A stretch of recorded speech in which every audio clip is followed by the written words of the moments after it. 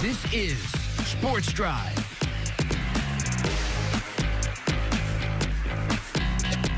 Welcome back into Sports Drive, everybody. Joining us right now, TPSN and broadcaster really all over the Panhandle, WT, everything like that. Lucas, Kinsey. Lucas, thanks so much for taking the time and coming on the show.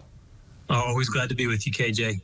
Thanks, Lucas. Well, I gotta start with the WT tournament. I say WT tournament, the South Central Regional Tournament, wrapping up at West Texas A&M this past weekend. WT taking it home, going to the Elite Eight once again, taking down MSU Denver. You got the chance to call, I believe it was 7 games in 3 days for you. Yes. At the box, especially Thursday, 4 games in 1 day. That couldn't have been easy. But what was it like for you being part of that and getting to broadcast those games?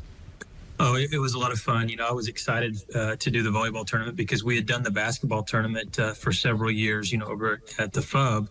And I knew we were going to get great volleyball action. I knew the teams coming in were all going to be fantastic.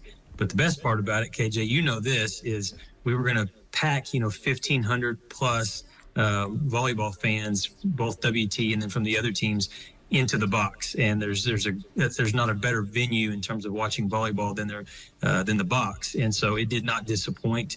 We had outstanding volleyball for 3 days.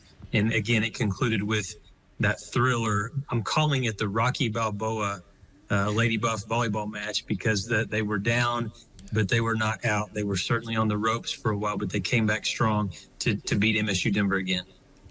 What did you just make of the Lady Buffs' performance overall? I mean, you mentioned it, tough game, obviously, against DBU, tough matchups with MSU Denver as well, and they showed a lot of fight in both of those matches. So what did you see from them that really allowed them to advance once again to the Elite Eight?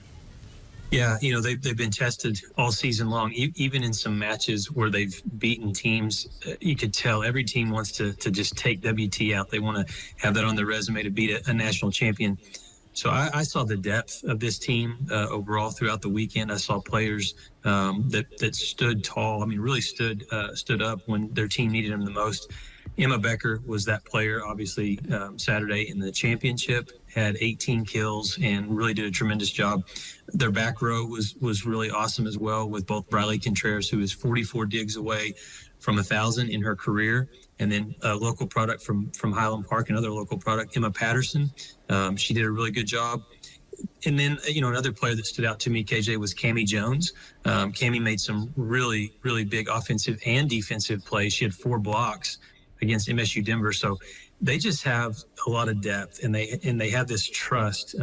Tori Miller said it. She said, even when things weren't going great for us, we looked around and she just felt confident that her teammates were going to pick it up and find a way to get the job done. Absolutely. And, obviously they have a lot of talent really up and down the roster, having added to that team from last year, bringing in someone like Bryn Wright, who I know made a few big plays. I believe it was, correct me if I'm wrong, I believe it was the third set against MSU Denver where they were trailing 27-26, and I think she had 2 big kills. Then that said, might have been a different spot if I'm trying to remember correctly. Obviously, it's been a scramble with all the games we've had, but she made some big plays, I know, at least in one of those sets towards the end that really made the difference.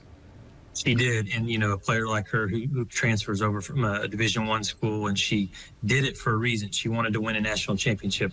Well, now she has an opportunity to do that because the Lady Buffs are going to go back. This time they're going to go to Pittsburgh. Last year it was out in Seattle, Washington, but they're going to go to Pennsylvania. This is interesting too, KJ. Their first round opponent is Clarion University out of the Pennsylvania State Athletic Conference. Their school is just 77 miles from Pennsylvania. So that may be actually what the Lady Buffs want, though, because they kind of like it rowdy and loud in a gym. So that may fire them up a little bit. Yeah, now they, it's only fair. They got the home court in the last 3 games, so now they gotta get a taste of it on the other side of things. So hopefully they're still able to come out with a win. What do you make of their chances overall, Lucas, to try to repeat as national champions? Yeah, people start looking at when the bracket comes out and they say, what's the seeding and where's this team and where's that team? WT, if they are able to win their first round, they're going to play a tough team. In the semifinals, it's most likely going to be Tampa, who's the #1 team in the country and only 1 loss. But you go back, who's the defending national champion? It's the West Texas A&M Lady Buffs. And last year they were a 3 seed, and they were able to knock out some really good teams along the way to the title where they defeated Concordia St. Paul. So I feel confident with this team. I feel confident with Kendra Potts as the head coach, with Tori Miller, who is also KJ 9 kills away from moving up to 3rd on the all-time kills chart for West Texas A&M. So I like the Lady Buffs' chances, and I also think they're going to have some WT Buff Nation fans up there to support them as well.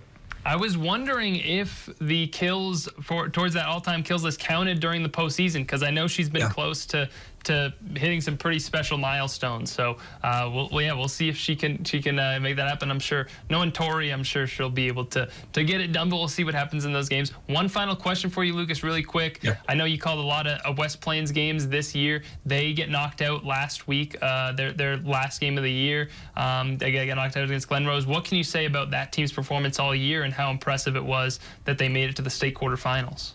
Yeah, I'm just so proud of those players, KJ. I'm proud of the coaching staff. It's one of the best coaching staffs in the state. And, they fell short, but also a tremendous season. So many good players, so many good things to remember. They had a tough injury. They had a really tough injury in the first quarter to Dawson Hall, and that changed things a little bit for them. But so proud of what they accomplished. They're going to bring back some guys, too. They had a big senior class, but they're going to bring back some players as well and be making noise for years to come. All right, Lucas Kinsey, you can catch him on TPSN and WT broadcast. Thanks so much, Lucas. We appreciate it. We'll be right back to wrap things up after the break.